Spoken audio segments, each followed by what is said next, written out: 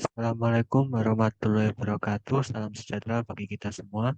Perkenalkan, saya Eki Fernanda dengan RP 33226025 dari kelas 1 D4 saya catat 8. Di sini saya akan menjelaskan mengenai proyek tengah semester 2 mata kuliah praktikum permodelan statistika dengan dosen pengampu Bapak Roni Susetyoko SSI MSI. Kemudian judul proyek saya adalah pengaruh produksi pangan terhadap tingkat kelaparan dunia menggunakan prinsipal komponen regression. Selanjutnya adalah tujuan. Tujuan proyek ini memaparkan atau menyajikan pengaruh kondisi pangan yang ada di dunia ini terhadap tingkat kelaparan pada tahun 2018 hingga 2020 yang menggunakan metode prinsipal komponen regression. Kemudian metodologi prinsipal komponen regression atau biasa disingkat PCR atau regresi komponen utama adalah teknik analisa regresi yang didasarkan pada prinsipal komponen analisis atau PCA. Lebih khusus, PCR digunakan untuk memperkirakan koefisien regresi yang tidak diketahui dalam model regresi linier standar OLS. Sumber data yang didapatkan dari UNICEF, GOSDAT, dan World Data. Kemudian tipe variabel yang digunakan pada proyek kali ini adalah numerik. Penetapan variabel terdapat 6 variabel yaitu negara, curah hujan, pangan, suhu, kelembapan, dan luas panen. Kemudian berikut adalah tampilan data yang telah di pre-processing.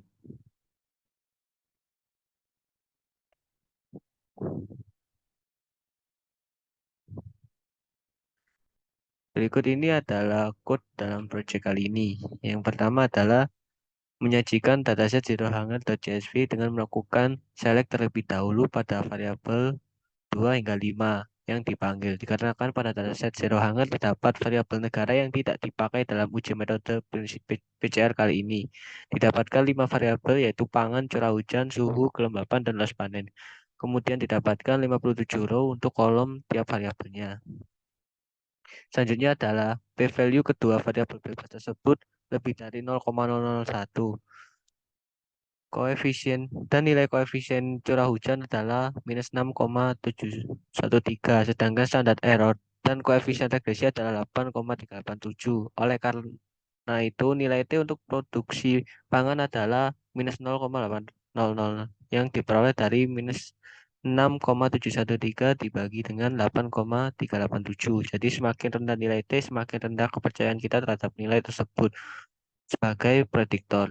Kemudian menampilkan proses penghapusan kolom pertama dikarenakan pengujiannya hanya membutuhkan 4 variabel saja dengan sintaksis alternatif Zero-Hanger yang mengambil variabel indeks kedua sampai kelima kemudian menghasilkan gambar scriptplot. Kemudian pada sintaksis kali ini adalah menyajikan ringkasan dari komponen utama menggunakan standar deviasi untuk memeriksa penyebaran data dengan sampel untuk melihat seberapa jauh atau seberapa dekat nilai data dengan rata-rata komponen. Komponen PC1 terlihat memiliki nilai tinggi yaitu 1,0817, kemudian menurun hingga nilai komponen PC4 yang hanya memiliki nilai 0,8897. Juga memiliki varian terbesar karena proporsi dari nilai komponen kumulatifnya 0,2923 dengan nilai PC4 tepat 1. Selanjutnya, pada sintaksis selanjutnya, interpretasi dari persamaan ini adalah semakin besar koefisien suatu variabel pada komponen utama, semakin besar pula hubungan pengaruh variabel tersebut dengan komponen utama yang bersesuaian. Koefisien terbesar pada komponen utama satu variabel curah hujan, sehingga komponen ini dapat dinamakan komponen bagian tubuh bawah, sedangkan koefisien terbesar pada KU2 adalah variabel luas panen, sehingga komponen bagian lengan.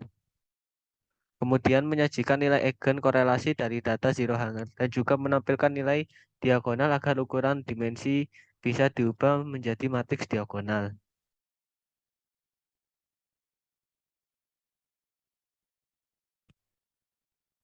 Selanjutnya setelah mendapatkan nilai korelasi komponen utama, selanjutnya bisa langsung merekonstruksikan atau membangun kembali data dengan memasukkan nilai variabel ke dalam komponen utama yang telah dibuat.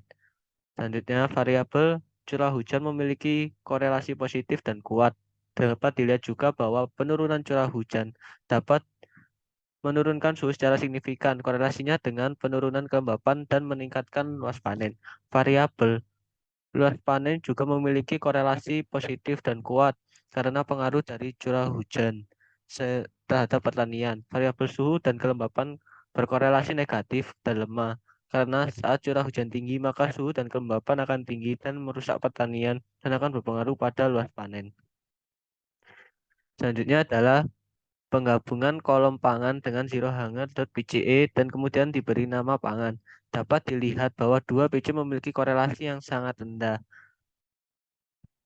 dengan pangan, yaitu pada komponen kedua dengan nilai minus 0,24 dan ketiga dengan nilai minus 0,70. Selanjutnya adalah independen variabel memiliki p-value lebih besar dari 0,001 yang diwakili dengan simbol 0,192 karena model regresi terbaik dengan mempertimbangkan nilai MSE, R2, dan signifikansi parameter didapatkan nilai median minus 0,3681, minnya mendekati 19, dan maksnya mendekati 31. Maka model ini kemungkinan besar memenuhi asumsi heteroscedasticity. Selanjutnya adalah hasil dari variabel asli yang didapatkan dari perkalian matriks rotasi dengan koefisien komponen utama dan dapat dilihat juga nilai yang paling tinggi, suhu yang sebesar diperoleh dari komponen kelembapan dan yang paling kecil adalah komponen curah hujan yaitu minus 1,28. Kemudian output terlihat semua nilai komponen signifikan terhadap 0 karena model regresi terbaik adalah mempertimbangkan nilai MSE dan R kuadrat dan juga signifikansi parameter. Selanjutnya adalah pada uji ANOVA. Pada uji ANOVA ini dapat dibuat bahwa nilai residual untuk model pertama bernilai 52 dan model kedua bernilai 53 dengan nilai SS-nya adalah minus 41,89 dan nilai E-value yang bernilai 0,29.